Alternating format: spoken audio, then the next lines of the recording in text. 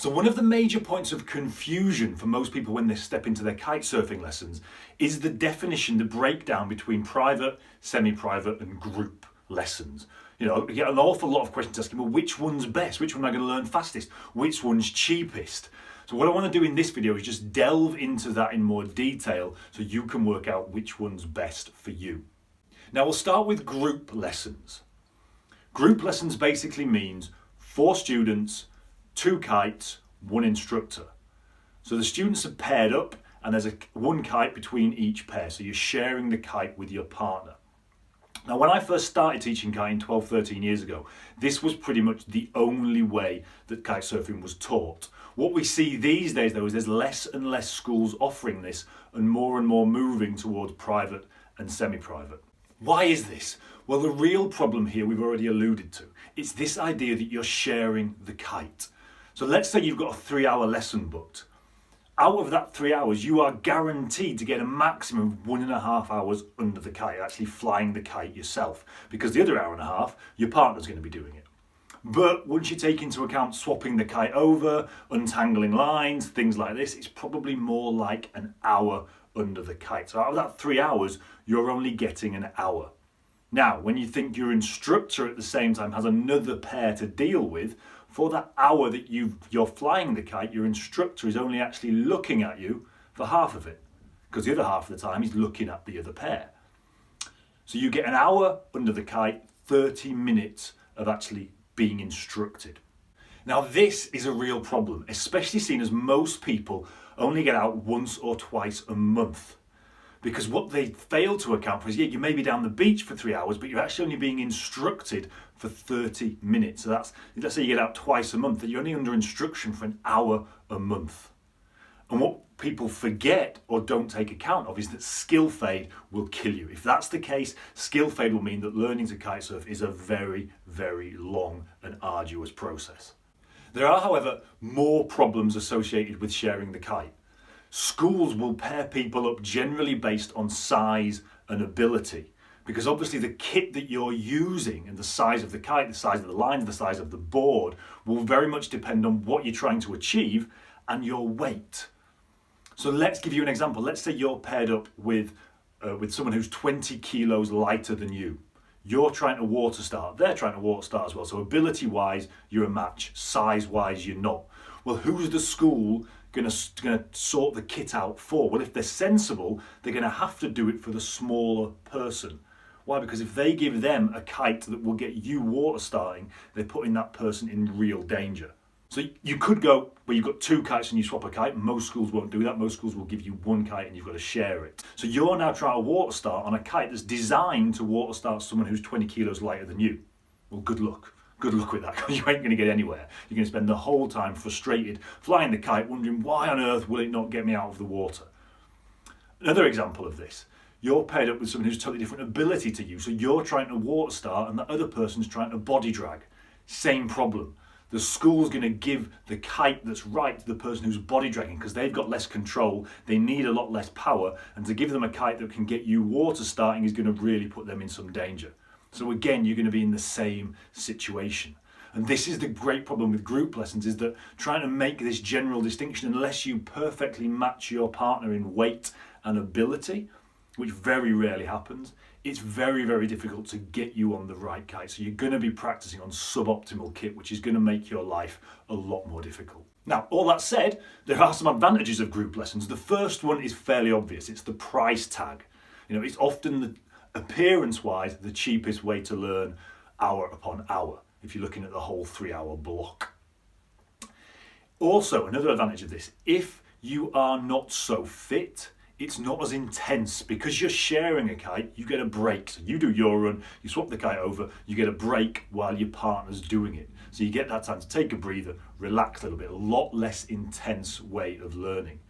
The other one, and this is often overlooked, is that you get to look at the mistakes your partner's making, which again, if they're at the same level as you or slightly more advanced than you, is really useful, because it gives you a live example of what not to do and the symptoms that you're looking at to try and correct. Now this can be really, and I would say is probably the biggest advantage of group lessons. Now, semi-private, 2 students, 2 kites, so a kite each, and 1 instructor. Obvious advantage here. You eliminate all those problems to do with sharing the kite. You get your own kite. So it's set up for you, it's the right size for you, and you get the whole time under the kite. So if you're down the beach for 3 hours, you'll be flying the kite for 3 hours, taking maximum advantage of the wind in that time. Disadvantages: it's intense. For 3 hours you are under the kite, and you're going to feel that afterwards, but it's really, really good for actually learning. The other one is that your instructor is not going to be watching you for half of the time. Now, again, we talked about this in group lessons.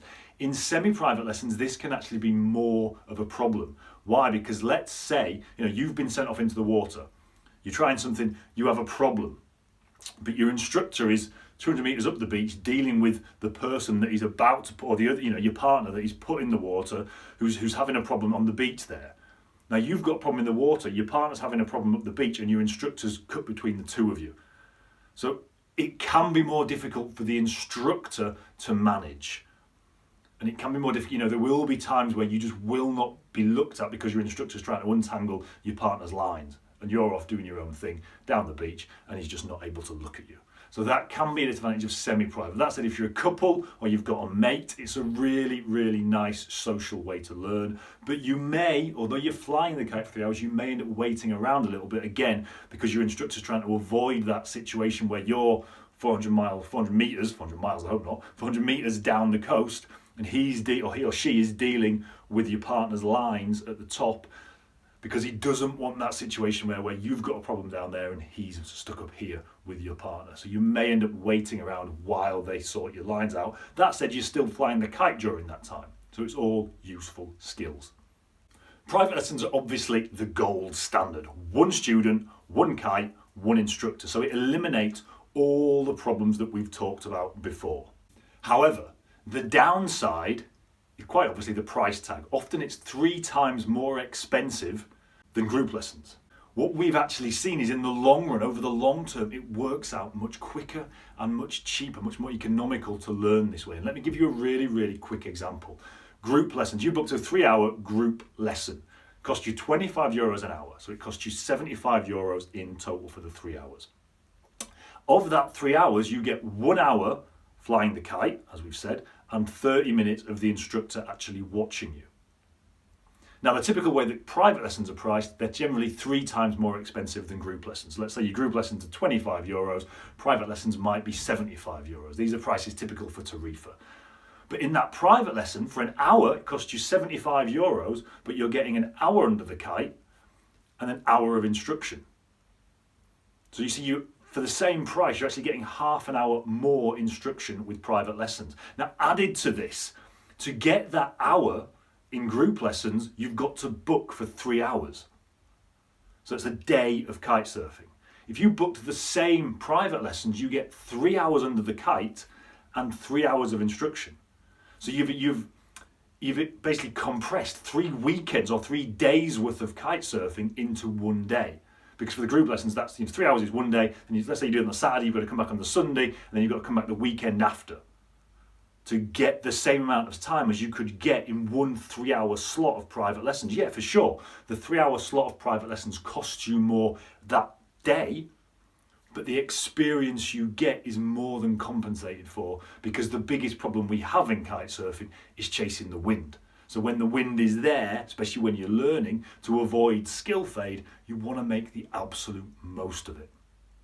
For those of you making this decision, we've put together a course designed to get you riding upwind in 30 days, no matter what level you're at now.